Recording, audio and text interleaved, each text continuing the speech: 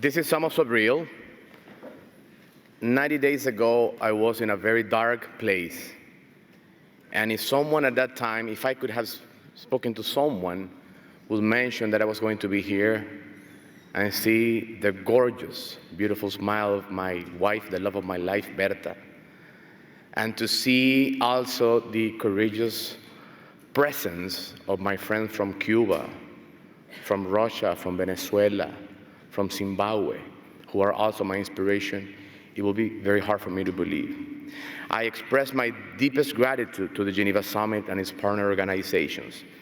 I am honored to accept this invaluable opportunity, not this award in particular, but the opportunity to have this global platform to continue to advocate for the freedom of the country I love, Nicaragua. This is an award that belongs to those Nicaraguans who live in a huge prison, those Nicaraguans without a voice, those Nicaraguans who only are asking for the protection of basic human rights and human dignity. So this award not only recognizes the struggle for freedom of my own nation, but amplifies the voices of the silenced. I see that empty chair over there. I invite you to see that chair for a second. And it reminds me that the most important person in this room is each of everyone of the activists, of the human rights defenders, of my own bishop from my diocese of Matagalpa, Monsignor Rolando Alvarez. That empty chairs remind us the real reason why we're here, why we speak, why we fight, and why we believe. Also, this award sends a message of solidarity and hope to the family of political prisoners. It sends a message to people like Eugenia Caramurza that reminds me of my wife. I did not, of course, have any opportunity to see the relentless work of Berta, for example. So when I see other wives, brothers, sons advocating for the freedom of their family members, it gives me inspiration. This award also belongs to them. It belongs to the family members of those imprisoned in Nicaragua who stood outside of the prisons every single day with a bottle of drinking water because we were not allowed to have drinking water inside our cell.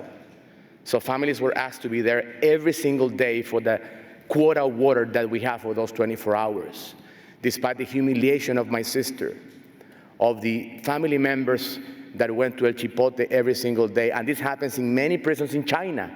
It happens in Cuba. It happens in Venezuela. So this award also belongs to them. As someone who has experienced imprisonment firsthand, I can testify that even in darkness, a ray of light can be ignited.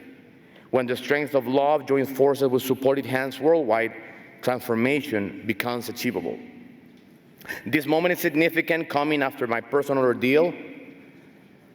I was arbitrarily arrested, confined in a dehumanizing prison under conditions I am not yet prepared to speak publicly. But one thing I would say, they tried to break our soul and they did not achieve that.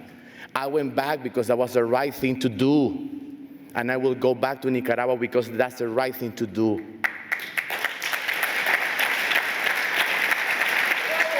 Since April 2018, Ortega and Murillo has dismantled all civic and political rights. They have shut down 20 universities, 3,150 nonprofit organizations, charity organizations, including the Red Cross of Nicaragua.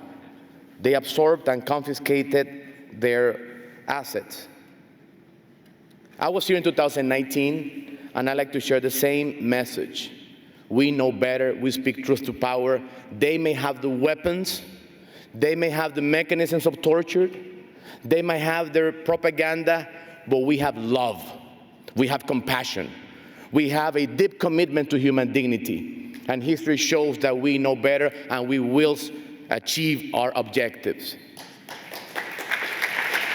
Do not lose faith.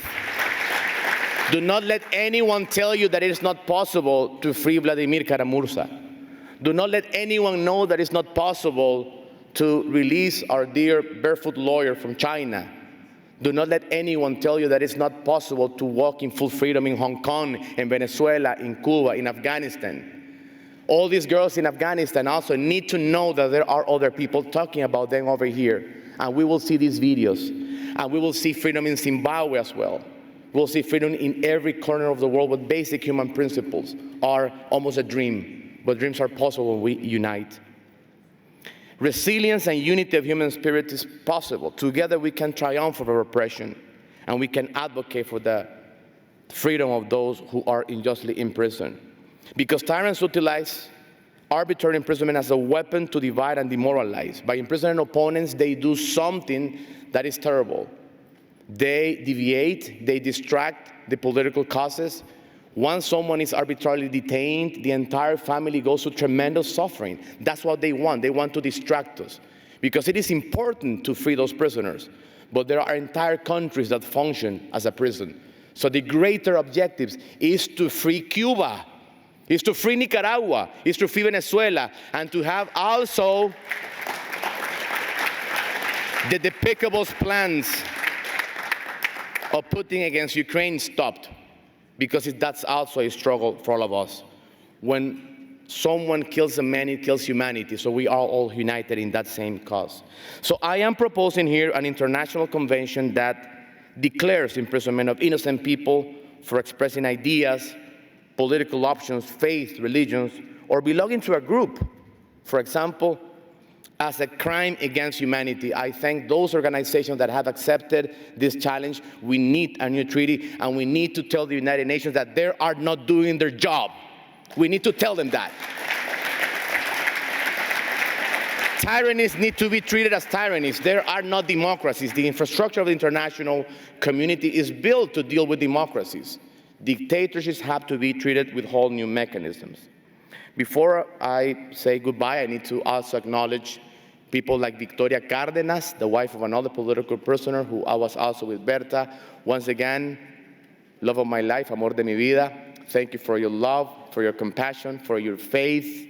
And let me tell you, to every single family member here, you will see your loved ones released with your support. Let us envision a future where fundamental rights and freedoms are upheld. Together, let us banish the darkness of injustice. We will see Monseñor Rolando Álvarez, nuestro pastor, también libre. Que el Señor les bendiga. Thank you very much.